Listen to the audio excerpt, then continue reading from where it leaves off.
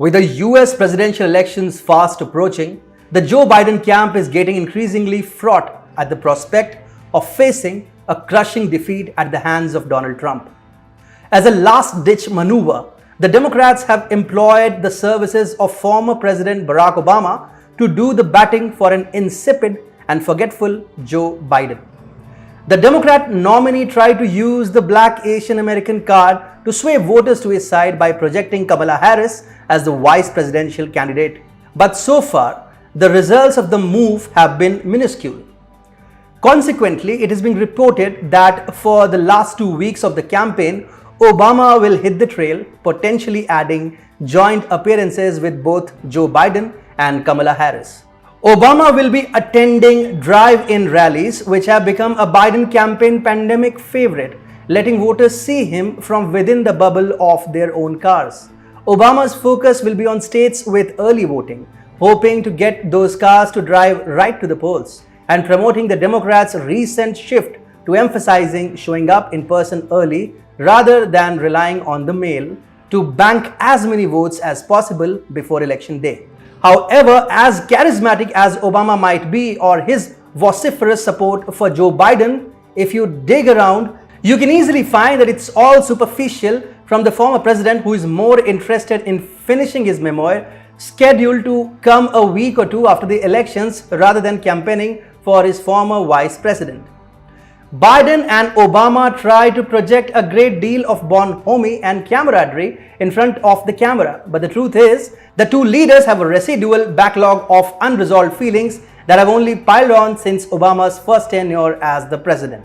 Biden was always a loyal supporter of Obama and had his backing on almost every single decision, but the continuous cold shoulder from Obama for Biden's old, orthodox, and at times redundant political methodology resulted in growing animosity between the two. Despite the mainstream pro-Democrat media telling us a different story, officials during the Obama administration used to treat Biden dismissively. In his memoir, Ben Rhodes, Obama's deputy national security advisor, wrote, "In the Situation Room, Biden could be something of an unguided missile."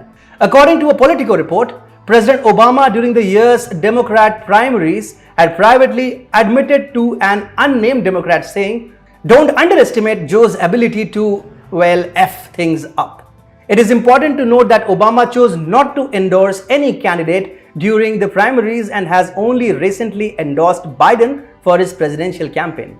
Obama's major concern over Biden is that he feels that Biden does not have an intimate connection with the electorate. During the primary run, Obama confessed to another Democratic Party candidate saying, "And you know who really doesn't have it? Joe Biden," clearly hinting at Biden's lack of an intimate bond with the Iowa electorate. The cracks between Obama and Biden have been there ever since Obama endorsed Hillary Clinton for the 2016 election. Almost the entire team of Obama joined Hillary in a failed campaign to become the first woman president in the history of America. Obama, while endorsing Hillary in 2016, had said, "I don't think there's ever been someone so qualified to hold this office." Obama knows Joe Biden better than anyone else, thanks to their 8-year stint at the Oval Office. Perhaps that's why Obama discouraged Biden from fighting the 2016 elections and is only half-heartedly endorsing him, as he is left with no option. Unlike Bernie Sanders or Hillary Clinton to an extent, Biden doesn't have a dedicated following due to his lack of charisma and connect with the voters. The 77-year-old leader has serious health concerns, as over the course of his campaign, Biden has committed various gaffes and appeared to lose his chain of thought midway through his address. By TFI earlier, Biden had even allowed far-left Bernie Sanders to hijack his campaign immediately after he won the Democratic presidential nomination. After being defeated by Joe Biden in the nomination, Sanders' staff immediately joined the former's campaign and innocuously started injecting their own liberal ideas, which has brought a lot of flack for Biden. A sensational report by New York Post about Joe Biden abusing his position to intervene with the Ukrainian government on his son's behalf has also provided the poll fodder for Republicans to take on the Democrats. Trump has already started milking the report, and in the remaining days ahead of the elections, the president will only increase the frequency of his attacks. With Biden outsourcing his presidential campaign to different leaders and refusing to do the heavy lifting, it is all but ascertained that even with an obsolete and redundant Obama coming into the fold, Biden's fortunes aren't taking any turn for the better. The Democrats have once again played their card wrong and gifted a second term to Trump on a silver platter.